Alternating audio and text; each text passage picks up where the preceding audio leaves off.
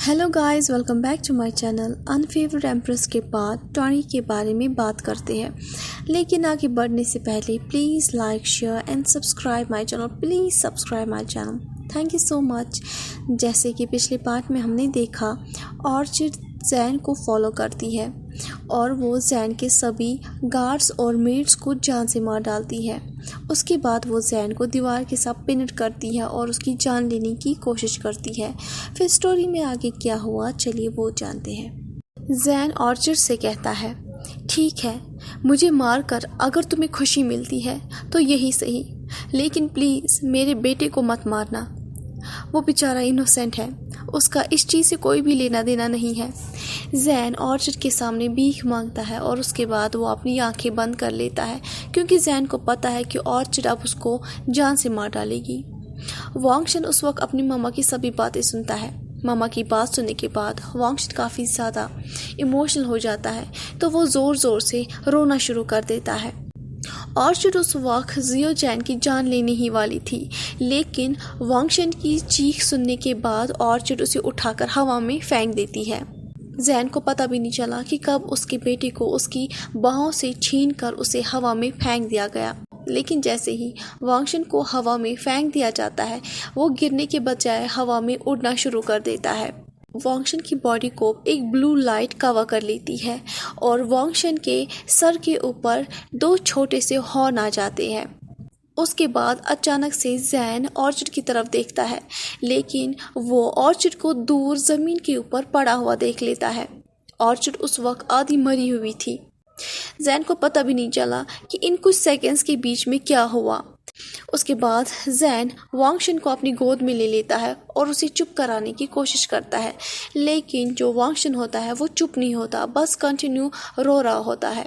उसके बाद जैन वांगशन से कहता है, बेबी, मम्मा यहाँ पर है, आप चुप हो जाओ, प्लीज़ रो मत। आपको उदास होने की कोई ज़रूरत नहीं है, मम्मा आपका ख्याल नहीं रख पाई। जैन ये कहता है और उसकी आंखों में आंसू आ जाते हैं। उसके बाद वो अपने बेटे को ज़ोर से टाइटली हग करता है। वांगशन लेकिन अपना रोना बंद नहीं करता। पहले जब वो रो रहा था, वो बस प्रिटेंड कर रहा था अपने डैडी के सामने कि वो रो रहा है, लेकिन इस वक्त वो सच में काफ़ी ज़्यादा रो रहा था। वो काफ़ी ज़्यादा हर्ट हो गया था। जैन उसके बाद अपने बेटे को गोद में उठाकर वहाँ से चला जाता है। थोड़ी दूरी पर जैन फिर ज़मीन पर बैठ जाता है और अपने बेटे को चुप कराने की कोशिश करता है। फिर जैन अपने रोब को खोलने की कोशिश करता है, लेकिन वो उसे खोल नहीं पाता। फिर जैन के पास कोई भी ऑप्शन नहीं रहता। उसके बाद जैन एक शार्प पत्थर देख लेता है। फिर जैन उसे उठाता है और अपने वेस्ट पर एक जख्म लगाता है, जिससे खून आना शुरू हो जाता है। तो जैन वो खून अपने बेटे को पिलाता है। खून देखकर वांगशन उस खून को खुशी खुशी पी लेता है। खून को पीते हुए वांगशन की जो आंखें होती है वो रेड और गोल्डन में चेंज हो जाती है। दूसरी ओर का सीन, मैजेस्टी, हमने उसे ढूंढ लिया, वो आधी मरी पड़ी है। ऐसा लगता है कि जो डेमॉन स्नेक है उसने उसे पॉइजन किया था। उसके बाद जब क्राउन प्रिंस ने उसके ऊपर अटैक किया दूसरी टाइम, तो वो मरते मरते बची है। क्या हम उसकी जान ले लें? डार्क गार्ड्स में से एक गार्ड किंग से कहता है, तो किंग जवाब में कहता है, नहीं, उसे जेल में बंद कर दो और मैं एम्प्रेस का ख्याल रखता हूँ। ये वो इंस्ट्रक्शन देता है और फिर कंटिन्यू एंटरटेनमेंट को देख लेता है। जब ईबो को कुछ भी इंटरेस्टिंग नहीं लगता है, तो वो डिसाइड करता है कि वो इसे जल्द ही ख़त्म करेगा। ईबो को पता है कि उसे करना क्या है, तो वो अपना बॉडी डबल लाता है और उसे इवेंट में अपने थ्रोन के ऊपर बिठा लेता है और ईबो वहाँ से वैनिश हो जाता है। लोगों को ऐसा लगता है कि जो किंग है वो उस वक्त थ्रोन पे बैठा हुआ है, जबकि वहाँ पर किंग नहीं बल्कि उसका जो बॉडी डबल होता है। और वांग ईबो वैनिश होकर जियो जैन के पास अपीयर हो जाता है। जैन ज़ोर ज़ोर से चिल्लाता है और वो कोशिश करता है कि वो अपने बेटे को चुप कराए। जैन ने अपने बेटे को टाइटली गले लगा कर रखा हुआ था। तभी जैन को महसूस हो जाता है कि उसके पीछे कोई है, लेकिन जैन को ऐसा लगता है कि वो कोई और नहीं बल्कि ऑर्चिड है, या फिर कोई और जो कि उसे जान से मारने के लिए आया है। जैन काफ़ी ज़्यादा डर जाता है। तभी पीछे से आवाज़ आती है, मेरी एम्प्रेस, मैं हूँ आपका हस्बैंड। आपको डरने की कोई ज़रूरत नहीं है, यीबो ये जेंटली कहता है और फिर वो जियो चैन और अपने बेटे को गले लगा लेता है। यीबो को देखकर जैन यीबो को जोर से धक्का मार के अपने आप से दूर कर देता है। फिर जैन चिल्लाकर यीबो से कहता है, तुम तब कहाँ थे जब मैं ऑलमोस्ट मर चुका था, हमारा बेटा मर चुका था, यहाँ से चले जाओ। जैन ये चिल्लाकर कहता है और फिर अपने सर को दूसरी ओर फेर लेता है। जैन ऑलमोस्ट मर गया होता और किंग को ये पहले से ही पता था कि ऐसा कुछ होने वाला है, लेकिन किंग फिर भी उसकी हेल्प करने के लिए नहीं आया था और अब वो प्रिटेंड कर रहा था कि उसे जैन की फिक्र है। किंग जैन से कहता है, तुम इस किंग से अपसेट मत हो, मेरा मतलब नहीं था कि मैं तुम्हें हार्म करूं। मैंने ये सब कुछ सिर्फ इसलिए किया था ताकि मैं वांग युवान हमारे बेबी की जो पावर्स है मैं उसे जगाऊं और जो तुम्हें हर्ट नहीं कर पाती, मैं जानता हूँ। यीबो ये जैन से कहता है। ये सुनते ही जैन को और ज़्यादा गुस्सा आ जाता है तो वो तुरंत ही यीबो के गाल पे एक जोर का थप्पड़ मारता है। फिर वो कहता है, तुमने मेरे बेटे और मेरी जान दांव पे लगाई थी।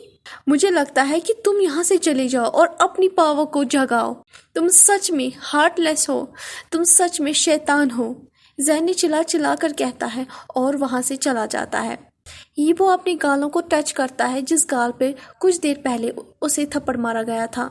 थप्पड़ पड़ते ही यीबो को ऐसा महसूस हुआ कि किसी ने उसकी गाल को ट्रिंगलिंग किया है, जिसे महसूस करके जो यीबो है वो स्माइल करता है। यीबो फिर जैन से कहता है, जैन सुनो, अगर मैं हमेशा वांगशन के लिए प्रोटेक्टिव रहा तो आने वाले कल में वांगशन कैसे तैयार होगा। अगर हमने उससे डेंजर एक्सपीरियंस नहीं कराया तो आने वाले कल में अगर उसका सामना ऑर्चर्ड से भी कहीं ज़्यादा स्ट्रॉन्ग पर्सन से हुआ तो तब वो क्या करेगा। मैंने ये सब कुछ रियली अपने बेटे के लिए किया है, इसमें बस उसी का फ़ायदा है मेरी एम्प्रेस। ये जियो चैन से कहता है। जैन जो कि उस वक्त अपने पैलेस की तरफ ही जा रहा था और जो यीबो है वो उसके पीछे चलते चलते जैन को ये बताता है। दूसरी ओर का सीन, मुझे जाने दो रेड ड्रैगन, मैं अपने डैडी को सब बता दूंगा कि तुमने मेरा किडनैप किया। वांग युवान ये चिल्ला चिल्ला कर कहता है और उस वक्त वो उस छोटे से लड़के की तरफ देख रहा था। वो छोटा सा लड़का वांग युवान की तरफ देखकर स्माइल करता है। वांग युवान ने ऑर्चिड को पॉइजनेट किया था जैसे उसके डैडी ने उसे इंस्ट्रक्शन दिए थे, बिल्कुल वैसे ही। जब ऑर्चिड उसकी मम्मा और उसके छोटे से भाई के ऊपर अटैक करने वाली थी तब पॉइजन देने के बाद वांग युवान ने एक बैरियर क्रिएट किया था अपनी मम्मा और छोटे से भाई के अराउंड, ताकि जब ऑर्चिड अपना की यूज़ करे और उसी मूवमेंट में वो पॉइजन अपना काम करना शुरू कर दे, लेकिन उसकी मम्मा और ब्रदर उस पॉइजन से दूर रहे। जैसे ही ऑर्चिड हाफ डेड होकर गिर गई तभी वांग युवान अपनी मम्मा के पास जाने वाला था, लेकिन बीच में ही रेड ड्रैगन आकर वांग युवान को किडनैप कर लेता है। फिर रेड ड्रैगन वांग युवान से कहता है, लिटिल प्रिंस, तुम्हारे डैडी तुम्हारी मम्मा का खुद ख्याल रखेंगे, लेकिन सबसे पहले मैं तुम्हें अपना सीक्रेट प्लेस दिखाता हूँ। रेड ड्रैगन ये खुशी खुशी जवाब में कहता है। वांग युवान काफ़ी ज़्यादा स्ट्रगल करता है कि वो वहाँ से चला जाए, तो वांग युवान उससे कहता है, मुझे जाने दो, मुझे नहीं जाना है तुम्हारे साथ, मुझे अकेला छोड़ो, मुझे वापस अपनी मम्मा के पास जाना है, मुझे मेरी मम्मा को देखना है। वांग युवान जैसे तैसे मैनेज करता है कि वो रेड ड्रैगन से दूर हो जाए। जैसे ही वो रेड ड्रैगन से दूर हो जाता है तो वो इमीडिएटली वैनिश हो जाता है। ये देखकर लिटिल रेड ड्रैगन चकल करता है और वो वापस वांग युवान को फॉलो करना शुरू कर देता है। जैसे ही वो वांग युवान को दोबारा पकड़ने ही वाला था तभी डेमन किंग आ जाता है और वो लिटिल रेड ड्रैगन को रोक देता है। तो वो लिटिल रेड ड्रैगन से कहता है, मेरे भतीजे को जाने दो, ये अपनी मामा और छोटे भाई के लिए काफ़ी ज़्यादा परेशान है। तुम इसके साथ अब यहाँ से चले जाओ, अगले टाइम ही तुम इसको इस तरह परेशान करना। डेमन किंग ये कहता है और उसके बाद वो वांग युवान के रेड बालों को टच करता है। ये देखकर जो लिटिल बॉय होता है वो पाउट करता है और वहाँ से चला जाता है। उन लोगों के जाने के बाद जो डेमन लॉर्ड का काम था वो भी फिनिश हो गया था, इसलिए वो भी वहाँ से चला जाता है। जिस हिसाब से वो अपने कज़न के लिए काम कर रहा था, ऐसा लगता है कि उसके कज़न ने उसको खरीद लिया है। दूसरी ओर का सीन, बेबी हम वापस उस यूजलेस इवेंट में नहीं जाएंगे। तुम्हारे डैडी नहीं, बल्कि वो हार्टलेस आदमी जिसने हमारी जान लेने की कोशिश की। ये बात सुनते ही वांगशन गिगल करना शुरू कर देता है जब वो सुनता है कि उसकी जो मम्मा है वो उसकी डैडी को गालियाँ दे रही है। वांगशन फिर ये सोचता है, फाइनली मेरी मम्मा को पता चल गया कि जो मेरा डैडी है वो किस टाइप का इंसान है। उसने तो मुझे पहले ही धमकी दे दी है कि वो मुझे खा जाएगा। वो सच में हार्टलेस है। जैन स्माइल करता है जब वो देखता है कि उसका जो बेबी है वो भी खुश है। फिर जैन कहता है, मेरे छोटे से स्वीट हार्ट, तुम्हें मेरी बात समझ में आ गई? तुम मेरे फेवरेट मॉन चिकन हो। ये बात सुनने के बाद वांगशन कुक करता है और अपनी मम्मा के चेस्ट पर अपना चेहरा रगड़ता है। जैन वांगशन के साथ बात ही कर रहा था, तभी वो चलते हुए पीछे की तरफ मुड़ जाता है जब वो वांग युवान की आवाज़ सुनता है कि वो वांग युवान उसे बुला रहा था। मम्मा चलिए, हमें इवेंट में जाना है, डैडी हमारा इंतज़ार कर रहे होंगे। वांग युवान ये चिल्लाकर कहता है। फिर वो अपनी मम्मा का हाथ पकड़ता है और उन्हें ज़बरदस्ती पैलेस से बाहर निकालता है। जैन के पास कोई भी ऑप्शन होता नहीं है, इसलिए वो चुपचाप वांग युवान को फॉलो करता है। तभी जो जैन है वो अपनी वेस्ट पर वॉन्ड को देखता है तो उसे पता चलता है कि जो जख्म उसे लगा था अब वो पूरी तरह से भर गया है। फिर वांग युवान अपनी मम्मा से कहता है, मम्मा प्लीज़ आप डैडी से नाराज़ ना होइए, उनका मकसद नहीं था कि वो आपको हार्म करे, वो तो इसलिए ये सब कुछ कर रहे थे ताकि वो मेरे छोटे से भाई की हेल्प करे। वांग युवान ये कहता है। उसके बाद वो अपने आसपास देखता है। जैसे ही वांग युवान सेटिस्फाइड हो जाता है कि उनकी बातें कोई नहीं सुन रहा है तो वो अपनी मम्मा से कहता है, मम्मा मेरे करीब आओ, सुनिए मैंने उस औरत के साथ अच्छे से डील कर लिया है और मेरे छोटे से भाई ने उसे हमेशा के लिए ख़त्म कर दिया। ये बात सुनने के बाद जैन स्माइल करता है कि उसके जो बच्चे हैं वो सच में बहुत ही ज़्यादा स्ट्रॉन्ग है। लेकिन फिर भी वांग युबो अगर वांगशन की हेल्प भी कर रहा था, लेकिन वो कभी भी वांग युबो को माफ़ नहीं करेगा कि उसने उन दोनों की जान खतरे में डाली थी। उसके बाद जैसे ही जैन अपने बच्चों के साथ इवेंट में पहुंचता है और वो फिर अपनी सीट पे बैठता है, फिर जो ईबो होता है वो वांगशन की चिक्स को प्यार से किया करता है। तभी ईबो को रियलाइज़ होता है कि उसकी तरफ कोई गुस्से से देख रहा है। जैसे ही ईबो जियोजैन की तरफ देखता है तभी जैन गुस्से में अपना सर दूसरी ओर मोड़ देता है। जैन बिल्कुल भी ईबो का चेहरा नहीं देखना चाह रहा था और ना ही उससे बात करना चाह रहा था, जो वांगशन है जो कि अपनी मम्मा की गोद में बैठा हुआ है। फिर वो चोरी चोरी चुपके से अपने हाथ को एक्सटेंड करता है। फिर वो अपने डैडी की जो फिंगर है उसे पकड़ लेता है। उसके बाद वांगशन अपना मुंह खोलता है और 4 छोटे से फंक्स अपीयर करता है। उसके बाद वो अपनी डैडी की फिंगर को अपने मुंह में डाल देता है और अपनी डैडी की फिंगर को ज़ोर से बाइट करता है। ईबो को जैसे ही महसूस होता है कि उसकी फिंगर को स्लाइडली कुछ नंबलिंग हो रही है तो वो अपनी आईब्रो को रेज करता है। फिर वो देखता है अपनी बेटी की तरफ कि इसमें कितनी हिम्मत है कि इसने मुझे काटने की कोशिश की। जैसे ही वांग युबो वांगशन की तरफ गुस्से से देखता है तो वांगशन अपना चेहरा अपनी मम्मा की चेस्ट में छुपा लेता है। उसके बाद ईबो अपनी फिंगर की तरफ देखता है कि उसकी फिंगर पे 4 छोटे से निशान आ गए थे। फिर उसके बाद वांग युबो मिस्टर बे के साथ बात करते हैं और फिर वो कहता है, मिस्टर बे मैं जानता हूँ आपके स्किल्स के बारे में कि आप कितनी अच्छे से जिटर को प्ले करते हैं। मैं चाहता हूँ कि आप आज इस इवेंट में सभी लोगों को वो सुनाएं। आप एक वक्त पे मेरे फादर इन लॉ रह चुके हैं, प्राइम मिनिस्टर रह चुके हैं, लेकिन अभी भी मैं आपकी रेस्पेक्ट करता हूँ बिल्कुल पहले की तरह। ये वो जिसने डिसाइड किया है कि वो और ज़्यादा टाइम वेस्ट नहीं करेगा, इसलिए वो ये कहता है।